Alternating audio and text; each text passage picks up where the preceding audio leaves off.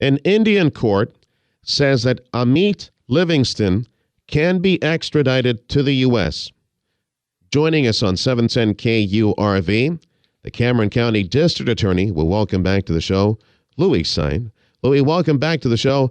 Okay, so let's get the backstory on this, because I know for news junkies and people that have been paying attention for several years now, they know who Amit Livingston is. But tell me as much of the backstory as you can. Well, Amit Livingston committed a horrendous murder back in '05. He pled guilty in February of '07 and was sentenced to 23 years in the penitentiary. However, the judge at that time gave him an opportunity to walk out of the courtroom and was supposed to come back in 60 days to start his 23-year sentence. As you know, obviously he did not return, and he fled eventually to India. He was captured in May of this year, and we are now 2 steps closer to getting him back on U.S. soil and back in prison where he belongs. The judge at that time was Abe Lemus. And Yes, at that time, unbeknownst to us, we all found it shocking, quite frankly. I remember Tim and I looking at each other and said, really? This guy's been allowed time away from court to take care of his personal matters? He just pled guilty to murder, and he's being allowed to walk for a few days. And, of course, we didn't know what was taking place behind the scenes, where Lemus and the DA back then, Villalobos, were on the take.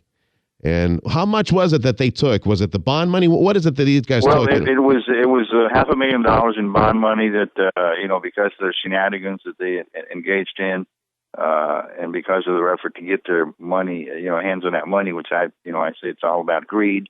It gave Mr. Livingston the opportunity to take off on us, and that's exactly what he did. Wow, and he's been gone for 7 years now, right? Yes, sir. He's been gone since April of '07. So you've been leading the charge now to try to get him back, and now you've got this favorable ruling from a New Delhi court. What needs to happen now? Well, we're very excited about the favorable ruling. It's been in 3 stages. The first stage, which was the most critical one, was his arrest. I mean, keep in mind he fled to India. India is one of the largest populated countries in the world. So we were very fortunate to even arrest him. So once we arrested him in May, then it kicked into the second stage, which was convincing the Indian government to extradite him, give him to us. And that is what happened yesterday. Can I ask you, Louis, how was he found? Was there like a private investigator? Or No, without disclosing confidential information, we were working with our counterparts in India. We had some, confidential informants on the ground that were following him around, and it was per chance that we were able to pick him up on that day. Although we had him on the radar, we had already found out who he was working, what he was doing.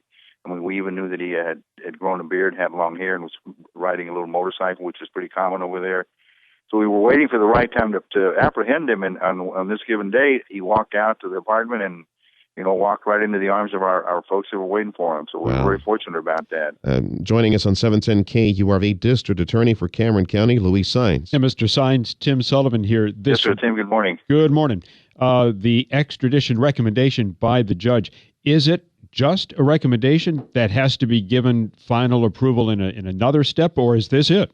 No, this is it. This is it as far as basically the Indian government is saying, okay, you can have him.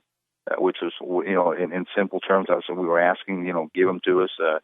He needs to come back to the U.S. Of course, it's followed and supported by all the paperwork that we provided to him. I was going to ask you what all went into the decision by the Indian judge to recommend the extradition. It was voluminous paperwork. Believe me, they wanted everything. And it's like any other nation. I mean, anybody that, say, for example, if it was the reverse, India asking for a U.S. citizen, the U.S. is very careful to make sure that everything is in order and nobody's being oppressed. One of theirs is not being oppressed. So, and I understand that. So we were very patient about it. We provided voluminous documents from transcripts to pictures to autopsies to investigative reports, affidavits, what have you.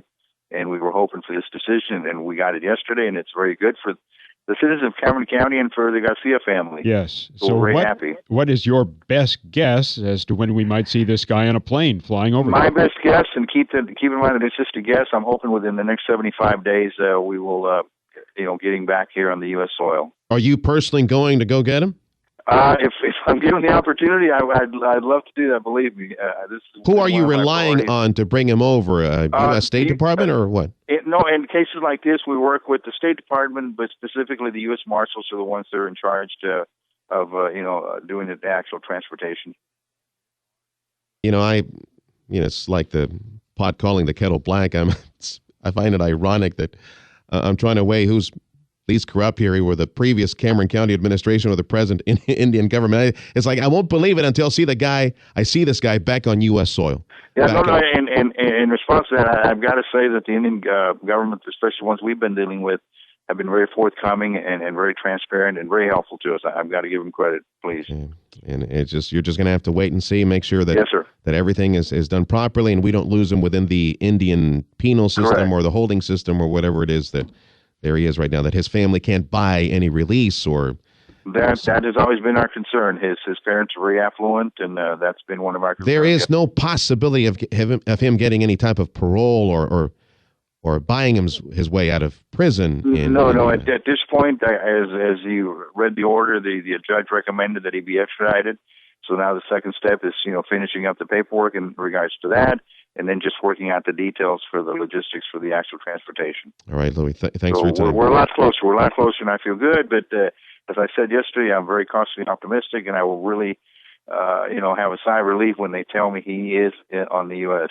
Okay. All right, Louis. Thank you much. Luis Saenz is the district attorney for Cameron County, joining us on 710 KURV.